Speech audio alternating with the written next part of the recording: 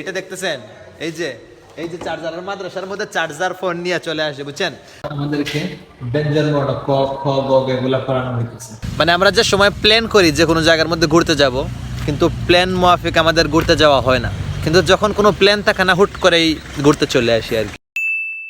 আসসালামু আলাইকুম, welcome back to my daily blog. কি অবস্থা সবার, কেমন আছেন সবাই? আশা করি সবাই অনেক অনেক ভালো আছেন। আজকে সোমবার, আজকে যাইতেছি মানে সকাল সকাল, এখন বাজতেছে মানে প্রায় আটটা। এখন আমার একজন স্যারের কাছে প্রাইভেট পড়তে যাইতেছি আর কি। আজকে মানে রমজানের আগে কিছুদিন পরে ছিলাম, তারপর রমজান চলে আসার কারণে প্রাইভেটটা বন্ধ করে দিই আর কি। এখন আজকের থেকে আবার স্টার্ট করছি। সামনে 23 তারিখ, মেবি 23 তারিখ আমাদের পরীক্ষা। তো পরীক্ষার জন্য তো কিছু প্রস্তুতি নিতেই হবে। তো এখন সাইকেলে যাইতেছি স্যারের কাছে প্রাইভেটের মধ্যে গেছি। যাওয়ার পর ওই জায়গার মধ্যে স্যারের কাছে প্রাইভেট শেষ কইরা মাদ্রাসায় চলে আসছি। এখন এইদিকে বৃষ্টিও আসতেছে আর কি। আকাশের অবস্থা মানে বৃষ্টি আসার খুবই সম্ভাবনা। আর মাদ্রাসার মধ্যে চলে আসছি বুঝছেন। আর আজকে আমার সহপাঠী কেউ এই পর্যন্ত আসে নাই আর কি। আশা করি চলে আসবে। কেউ যদি না আসে, অসহায়ের মতো আজকে একা ক্লাস করতে হবে বুঝছেন। হাঁপিয়ে গেছি, সাইকেল টানে আসছে তো। গাইজ এখন পর্যন্ত কেউ আসে নাই আর কি। আমি একা একাই ক্লাস করতেছি এখন পর্যন্ত। কোনো ক্লাস ফাঁকা, প্রথম ঘন্টা শেষ হয়েছে আর কি। হাজিরাটা দেয়া দিছি, এখন আর ক্লাস করার মুড একদম নাই বুঝছেন। কিন্তু বাহিরে এই যে প্রচুর বৃষ্টি হইতেছে বাইরে আর কি, যার জন্য মানে আর যাইতেও পারতেছি না। আর প্রচুর ঠান্ডা লাগতেছে। আজকে মেবি 1.5 মাস পর মানে ঠান্ডা লাগতেছে আর কি। 1.5 মাস শুধু গরম লাগছে, শুধু গরম।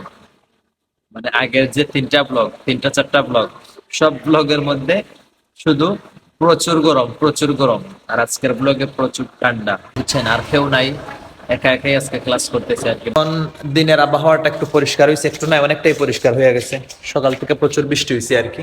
এই যে গাইস, আমরা ক্লাস 10 মধ্যে আছি। 10 মধ্যে আমাদেরকে ডেঞ্জার মোড ক খ গ গ এগুলা পড়ানো হইতেছে বুঝছেন। আসলে ব্যাকরণ ক্লাসটা আমরা যতটা সহজ মনে করি, তার থেকে আরো বেশি কঠিন এই ব্যাকরণ ক্লাসটা। গাইজ মানে এই কয়েকদিন আর কি মানে বৃষ্টি প্রচুর পরিমাণে হইতেছে। এর আগে তো গরম আসলো, এই কয়েকদিন প্রচুর পরিমাণে বৃষ্টি হইতেছে, যার কারণে কারেন্ট একবার নিলে একদিন পুরা 12 ঘন্টা 24 ঘন্টা কারেন্ট থাকে না।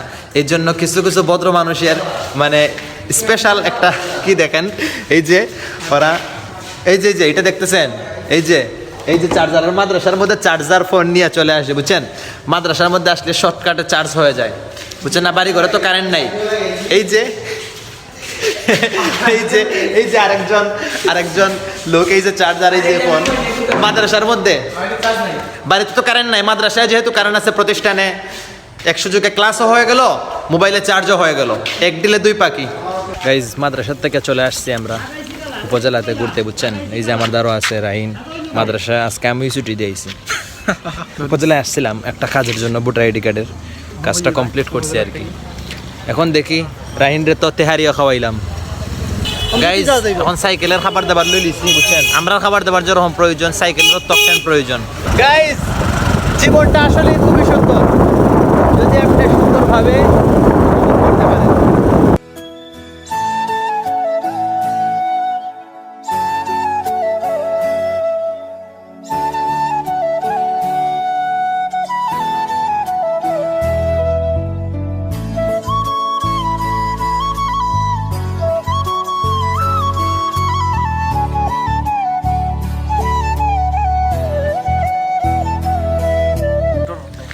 গাইজ এই যে চলে আসছে আমরা বাগানের মধ্যে, চা বাগান। আসলে আমাদের মাসে 1-2বার বাগানে না আসলে নাই হয় বুঝছেন।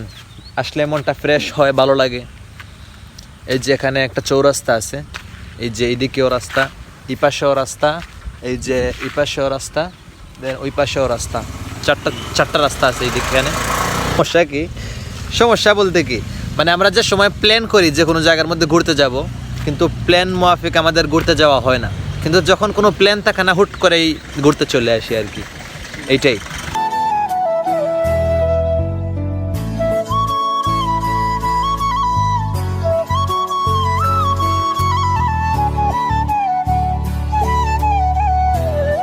গাইজ এই জায়গার মধ্যে অনেক ফুটেজ হইলো, অনেক ব্লগ হইলো, অনেক টিকটক হইলো, বুঝছেন? রাইনেও টিকটক 4-5টা টিকটক করছে, এই যেভাবে স্লো মোশনে 15 সেকেন্ডের কয়েকটা টিকটক করছে। রাহিনের টিকটক আইডি পাবেন রাহিন 1 2 3 4 রাহিন 1 2 3 4 দিবেন, দেখবেন রাহিনের টিকটক আইডি চলে আসবে।